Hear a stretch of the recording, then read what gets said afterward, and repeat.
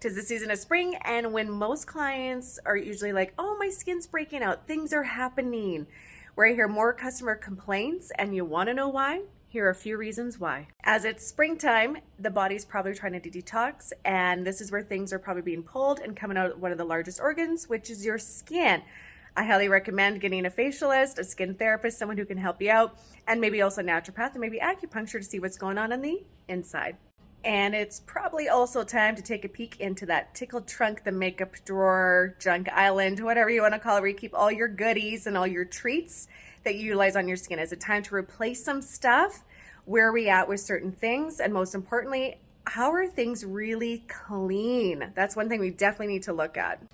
When I think of certain product, you have to also exercise caution, because if you're working with more like powder palettes, they don't harbor bacteria as fast, and you can kind of get away with replacing those.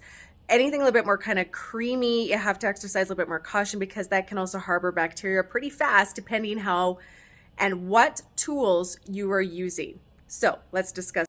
If you are using makeup brushes, are you using them more just to apply the powder on the face, or is it also to use for the cream stuff? Because you have to also think in terms of how often are you cleaning those brushes.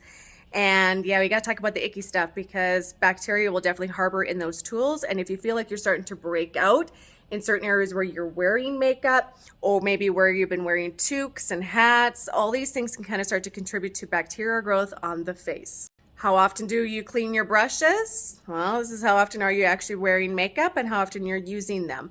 To be honest, I feel for myself, I'm probably do cleaning them often, but what are you cleaning them with too? Because if it's a certain type of cleanser, is it leaving a film or a residue on the brush? That's always a question you got to ask. And if you have a little bit more of a reactive skin type and a little bit more sensitivity, which I feel is all of us, then you need to kind of consider what type of stuff you're using to clean, or perhaps just replace the tools as necessary. I also like to think in terms of the products, how often you're wearing the makeup, when you're doing some deep cleansing, when you're not. Again, get in line with somebody who can help you out with this, and then don't hesitate to reach out to professional makeup artists like us who can provide you with a little bit more of a consultation and makeup lesson with the not what to do's. Try this, try tested and true. We got it all down to a science, and can easily assist with anything that's kind of happening with the skin. So detox the makeup, get rid of some stuff that's no longer serving you. If you don't know where to start, makeup lessons are a great way to kind of kickstart